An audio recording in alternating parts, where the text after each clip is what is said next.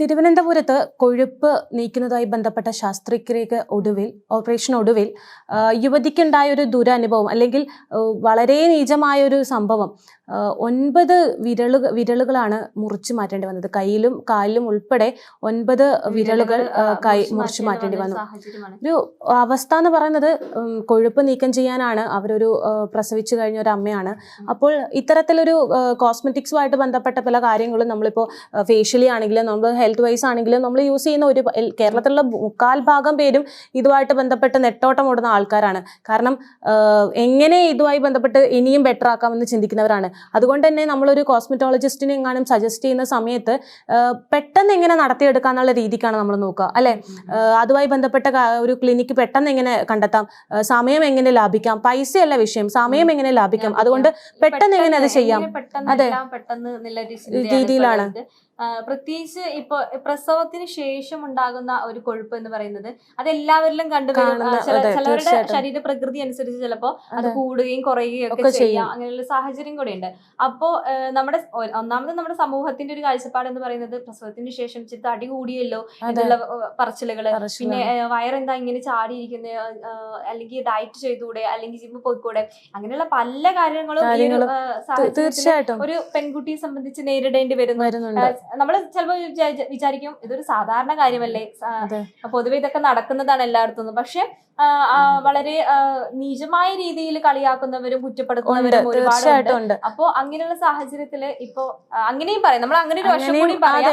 പിന്നെ അല്ലാതെ ഇപ്പോ നമ്മള് ബോഡിയൊക്കെ അത്യാവശ്യം നോക്കുന്ന ആൾക്കാരൊക്കെ ആണെങ്കിലും ചെറിയൊരു ചുളിവ് വരുമ്പോഴോ അല്ലെങ്കിൽ ഒരു പിമ്പിള് വരുമ്പോഴൊക്കെ ആശങ്കപ്പെട്ട് അങ്ങനെയുള്ള കുറച്ച് പേരുണ്ട്. ആ ഒരു സമയത്ത് നമ്മൾ പെട്ടെന്ന് ഓടി ചെല്ലുന്നത് ഇതുപോലത്തെ ഒരു ക്ലിനിക്കിലാണ്. അവിടെ സർട്ടിഫിക്കറ്റ് ഉണ്ടോ അല്ലെങ്കിൽ ലൈസൻസ് ഉണ്ടോ, ഇതൊന്നും ചിന്തിക്കുന്നില്ല. നമുക്ക് നമ്മുടെ കാര്യം പെട്ടെന്ന് നടക്കണം എന്നുള്ള കാര്യം മാത്രം ചിന്തിക്കുന്നു. അതേ ഉള്ളൂ.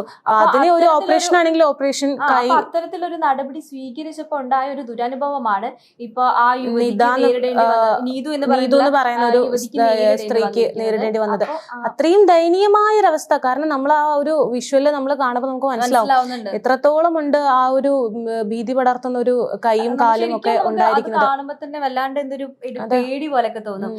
ഇപ്പൊ ആ ഒരു സാഹചര്യത്തെ ആസ്പദമാക്കിയാണ് ഇപ്പൊ പലതരത്തിലുള്ള കാര്യങ്ങൾ. കാരണം നമ്മളിപ്പോ ഉപയോഗിക്കുന്ന മേക്കപ്പ് പ്രൊഡക്ട്സുകള്, അതുപോലെ ഫൗണ്ടേഷൻസുകള്, ഇതൊക്കെ എത്രമാത്രം സുരക്ഷിതമാണ് എന്നുള്ള കാര്യങ്ങളൊക്കെ മുമ്പോട്ട് വരുന്നുണ്ട്. ചിന്തിക്കണം. നമ്മൾ ചിന്തിക്കേണ്ട കുറച്ച് കാര്യങ്ങൾ കൂടി ഉണ്ട്. കാരണം നല്ല നല്ല പ്രൊഡക്ട്സ് നമ്മളെ ചില സാഹചര്യങ്ങളിൽ എല്ലാവരും കുറച്ച് ഡിസ്കൗണ്ട് ഒക്കെ നോക്കിയിട്ടൊക്കെ വാങ്ങിക്കും.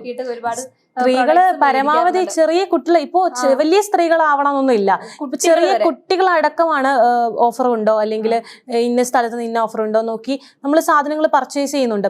എന്നാൽ ഒരു കാരണവശാലും സ്കിന്നുമായി ബന്ധപ്പെട്ട എന്ത് കേസ് ഉണ്ടെങ്കിലും ഡോക്ടർമാരുടെ ഒരു പ്രിസ്ക്രിപ്ഷൻ അല്ലെങ്കിൽ അവരുടെ ഒരു കാര്യമില്ലാതെ, അവരുടെ ഒരു നോട്ടീസ് ഇല്ലാതെ, നിർദ്ദേശമില്ലാതെ യാതൊരു തരത്തിലും ഒരു കോസ്മെറ്റിക്സ് പ്രൊഡക്ട്സും നമ്മൾ യൂസ് ചെയ്യരുത്. അത് നമ്മളെ ഒരിക്കലും ഹെൽത്തി ആയിട്ട് വെക്കില്ല. നമ്മളത് തീർച്ചയായിട്ടും രോഗത്തിലേക്കോ അല്ലെങ്കിൽ ഇതുപോലുള്ള മാരകമായ രീതിയിലേക്ക് മാത്രമേ മുന്നോട്ട് പോകുള്ളൂ. ഇത് തന്നെയാണ് ഇവിടെ സംഭവിച്ചത്, അല്ലെ? ഒരു ക്ലിനിക്കിലേക്ക് പോകുന്നു, പെട്ടെന്ന് ചെയ്തുതരാന്ന് പറയുന്നു, ഓപ്പറേഷനിലേക്ക് തയ്യാറാവുന്നു. അതുവരെ ഉണ്ടായ ഒരു ഹെൽത്തി ആയിട്ടുള്ള ഒരാളായിരുന്നു, അതുവരെ ഒരു രോഗവും ഇല്ലാത്ത ഒരു വ്യക്തിയായിരുന്നു. എന്നാൽ അതിനുശേഷം ഉണ്ടായ ഇത്രയും വലിയൊരു സാഹചര്യം, അല്ലെ? അവരവരുടെ തെറ്റുപോലും അവര് മനസ്സിലാക്കുന്നില്ല. സാധാരണ ഹോസ്പിറ്റലുകളാണെങ്കിൽ തന്നെ അവിടെ വരെ ഇപ്പൊ ഇങ്ങനെ ശസ്ത്രക്രിയ നടക്കുന്ന സമയത്താണെങ്കിലും ഒരുപാട് എന്താ പറയാ പ്രശ്നങ്ങൾ ഉണ്ടാകുന്നുണ്ട്. അല്ലെങ്കിൽ ശസ്ത്രക്രിയ നടന്ന സമയത്ത് പഞ്ഞി വയറ്റിനുള്ളിൽ വെച്ച് മറന്നു പോവുക, അങ്ങനെ ഒരുപാട് സാഹചര്യങ്ങളൊക്കെ നമ്മൾ മുമ്പും കണ്ടിട്ടുള്ളതാണ്. അപ്പൊ അങ്ങനെ ഒരു തരത്തിലും ഇങ്ങനെ എക്സ്പീരിയൻസ് ആയിട്ടുള്ള ഡോക്ടേഴ്സ് അല്ലാത്തവര് ഇത് നടപടി സ്വീകരിക്കുക എന്ന് പറയുമ്പോൾ ഇതെല്ലായിടത്തും നടക്കുന്നുണ്ട് എന്നുള്ള കാര്യമൊക്കെ നമ്മൾ ഈ ഒരു വിഷയമായിട്ട് ബന്ധപ്പെട്ട് വന്ന വാർത്തയ്ക്ക് ശേഷമാണ് നമ്മൾ എല്ലാവരും അറിയുന്നത്. ഇതുമായി ബന്ധപ്പെട്ട് ഒരുപാട് കാര്യങ്ങൾ നടന്നുകൊണ്ടിരിക്കുന്നുണ്ട്. അതുപോലെ തന്നെയാണ് നമ്മുടെ ഈ ഫേഷ്യൽ ചെയ്യുന്ന കാര്യത്തിലാണെങ്കിൽ ഉപയോഗിക്കുന്ന കുറെ പ്രൊഡക്ട്സുകളെ കുറിച്ചിട്ടൊക്കെ തന്നെ അത് ഉപയോഗിച്ച് ചിലവരുടെ സ്കിന്നിന് ചിലപ്പോൾ അത് പറ്റുന്നുണ്ടാവില്ല. അങ്ങനെ സംഭവിക്കുന്ന കുറെ ധൃതിയില് നമ്മൾ ചെയ്ത് വെക്കുന്ന കാര്യം നമ്മളെ ഏറ്റവും മോശമായുള്ള രീതിയിലേക്കാണ് മാറ്റുന്നത്.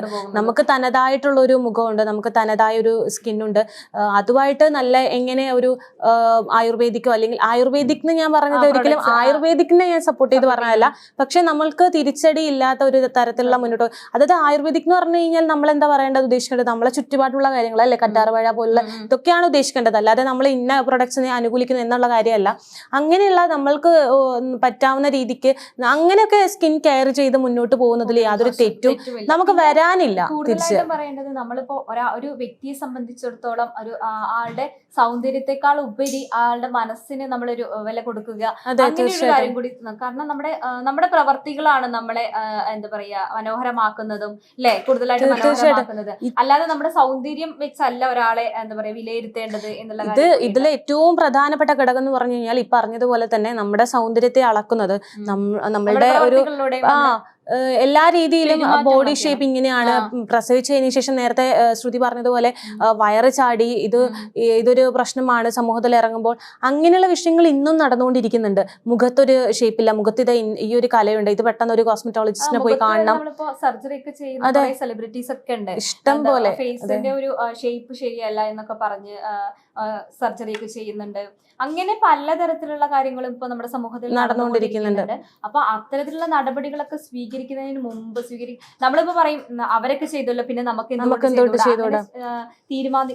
തീരുമാനിക്കുന്നതിന് മുമ്പ് നല്ലൊരു അതെ തീർച്ചയായിട്ടും സജസ്റ്റ് ചെയ്യുന്നത് നല്ലൊരു ഡോക്ടറെ അടുത്ത് പോവുക നല്ലതായിരിക്കും. പിന്നെ അതുപോലെ തന്നെ നമ്മൾ ഈ മേക്കപ്പ് ചെയ്യണ്ട എന്നല്ല പറയുന്നത്, മേക്കപ്പ് പ്രൊഡക്ട്സ് ഉപയോഗിക്കുമ്പോൾ നല്ല നല്ല ബ്രാൻഡുകളുടെ മേക്കപ്പ് പ്രൊഡക്ട്സുകൾ ഉപയോഗിക്കുക എന്നുള്ള കാര്യം കൂടിയുണ്ട്. അപ്പോ കുട്ടികളിലാണെങ്കിലും ഇത്തരത്തിലുള്ള പ്രവണതകൾ തീർച്ചയായിട്ടും കുട്ടികളെ ശ്രദ്ധിക്കുക. അതായത് ചെറിയ കുട്ടികളടക്കം ഇപ്പോൾ എല്ലാ ഒരു പ്രൊഡക്ട്സും യൂസ് ചെയ്യുന്ന കുട്ടികളാണ് അല്ലെ.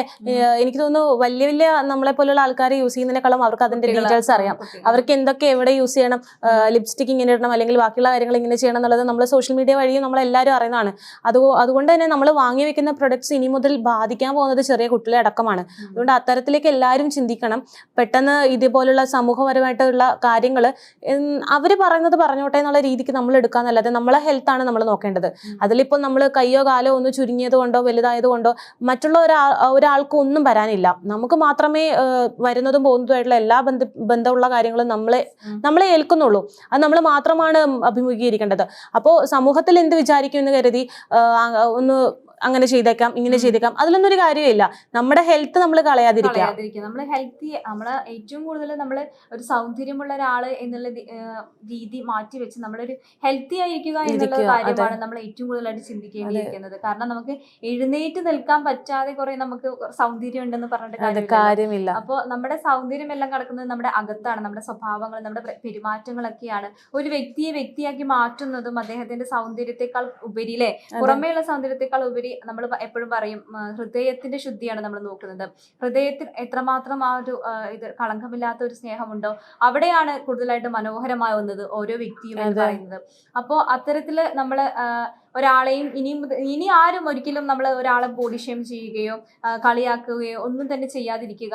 നമ്മൾ നമ്മുടെ ശരീരത്തെ നോക്കുക, അത് സൗന്ദര്യത്തിലുപരി നമ്മുടെ ആരോഗ്യത്തെ കൂടുതലായിട്ട് ശ്രദ്ധിക്കുക എന്നുള്ള കാര്യമുണ്ട്. ഇത്തരത്തിലുള്ള ബ്യൂട്ടി പ്രൊഡക്ട്സുകൾ മേടിക്കുമ്പോൾ ശ്രദ്ധിക്കുക. അതേപോലെ ഡോക്ടേഴ്സും അതുപോലെ നമ്മൾ ഹോസ്പിറ്റലുകളിൽ പോയിട്ട് എന്തെങ്കിലും തരത്തിലുള്ള പ്രശ്നങ്ങളുണ്ടെങ്കിൽ അവിടെ സമീപിക്കുക. അല്ലാതെ ഇത്തരത്തിലുള്ള ബ്യൂട്ടി ക്ലിനിക്കുകൾ പോലത്തെ സ്ഥാപനങ്ങളിൽ പോവാതെ അവിടെ യാതൊരു തരത്തിലുള്ള സർട്ടിഫിക്കറ്റ്സ് ഒന്നും ആർക്കും ലഭിച്ചിട്ടുണ്ടാവില്ല. അപ്പോ അത്തരത്തിലുള്ള കാര്യങ്ങളെല്ലാം ശ്രദ്ധിച്ച് മുമ്പോട്ട് പോകുക. അല്ലെങ്കിൽ നമ്മളിപ്പോ ഈ കണ്ട ഭീകരമായ രീതിയിലായിരിക്കും നമുക്ക് പറയാം ഒരു ഇഞ്ചക്ഷൻ ചെറുതായിട്ടൊന്ന് മാറിയാൽ മതി, ജീവന് തന്നെ ആപത്താണ്. അങ്ങനെയാണ്. ആ ഒരു സ്ഥിതി നമ്മൾ സ്കിന്നിന് ഉപയോഗിക്കുന്ന എന്ത് കാര്യങ്ങളാണെങ്കിലും ശരി അത് പ്രത്യക്ഷത്തില് പുറത്തോട്ടും കൂടെ വരുന്നൊരു കാര്യമാണ് അല്ലെ. നമ്മൾക്കിപ്പോ ചെറിയൊരു എന്തെങ്കിലും ഒരു മുറിവോ ഒരു കലയോ ആയിട്ടായിരിക്കും നമ്മൾ പോകുന്നുണ്ടാവുക, പക്ഷെ തിരിച്ചു വരുമ്പോൾ ഇതുപോലുള്ളതായിരിക്കും നമ്മൾ അഭിമുഖീകരിക്കേണ്ടി വരുന്നത്. അതുകൊണ്ട് തീർച്ചയായിട്ടും ഡോക്ടറുടെ ഒരു സഹായം തേടി ബാക്കിയുള്ള കാര്യങ്ങൾ സംസാരിച്ച് കാര്യങ്ങൾ കൃത്യമായ രീതിയിൽ അത്തരത്തിൽ എന്താണോ നടപടി എടുക്കേണ്ടത് ആ രീതിയിൽ പോകുന്നതായിരിക്കും ഏറ്റവും ഉചിതമായിട്ടുള്ള കാര്യം. അല്ലാതെ നമ്മൾ പെട്ടെന്ന് ഒരു ത്വരിതഗതിയിൽ നമ്മൾ പെട്ടെന്ന് പോയി നമുക്ക് ഈ ഒരു കാര്യം ചെയ്യണം എന്ന് വിചാരിച്ച് നമുക്ക് ഇത് ചെയ്തേ പറ്റൂ എന്നുള്ള നിലയിൽ ബാക്കിയുള്ളവരെന്ത് വിചാരിക്കും, അല്ലെങ്കിൽ എനിക്കിത് ഒരു പ്രശ്നമായിട്ട് തോന്നുന്നുണ്ട്, അങ്ങനെ തോന്നുന്ന സമയത്ത് നമ്മൾ കൃത്യമായ ഒരാളെ കാണുക, കൃത്യമായിട്ട് ഒരാളെ ഒരു സഹായം തേടുക. അല്ലാതെ സമയത്തിന്റെ ഒരു പരിമിതി കാരണമോ അല്ലെങ്കിൽ പൈസയുടെ ഒരു പരിമിതി കാരണമോ നമ്മൾ പെട്ടെന്ന് നമ്മളെ തന്നെ ഇല്ലാതാക്കുന്ന രീതിയിലൊരു തീരുമാനം എടുക്കരുത്. അപ്പൊ അത്തരത്തിൽ എല്ലാവരും ഡോക്ടേഴ്സിന്റെ നിർദ്ദേശം അനുസരിച്ച് മാത്രം മുമ്പോട്ട് മുന്നോട്ട് പോവുക. പോകാം. ഇപ്പൊ പലതരത്തിലുള്ള ക്ലിനിക്കുകളൊക്കെ അതുപോലെ ബ്യൂട്ടി പാർലേഴ്സ് ആണെങ്കിലും സ്പാ ചെയ്യുന്ന പാർലേഴ്സ് ആണെങ്കിലും എല്ലാം തന്നെ ഒരുപാടുണ്ട്. അപ്പോൾ അതിനനുസരിച്ച് കൃത്യമായൊരു ഡോക്ടറിനെ സമീപിച്ചതിന് ശേഷം മാത്രം ഏത് തരത്തിലുള്ള സർജറിക്കോ അല്ലെങ്കിൽ മറ്റെന്തിനാണെങ്കിലും വിധേയമാവുക. നമ്മൾ ഓരോരുത്തരും ഓരോ രീതിയിലാണ്, നമ്മുടെ ഓരോരുത്തരുടെ സ്കിന്നും പല ടൈപ്പാണ്. അപ്പോൾ അത് എന്തൊക്കെ നമ്മൾ എങ്ങനെയൊക്കെ ബാധിക്കും എന്നുള്ളത് നമുക്ക് പുറമേ നിന്ന് ചിലപ്പോൾ മനസ്സിലാവില്ല. അപ്പോൾ കൃത്യമായ ടെസ്റ്റുകളെല്ലാം ആരോഗ്യം നോക്കുക എല്ലാവരും നന്നായിട്ട് നോക്കുക, അത്ര മാത്രമല്ല അല്ലേ.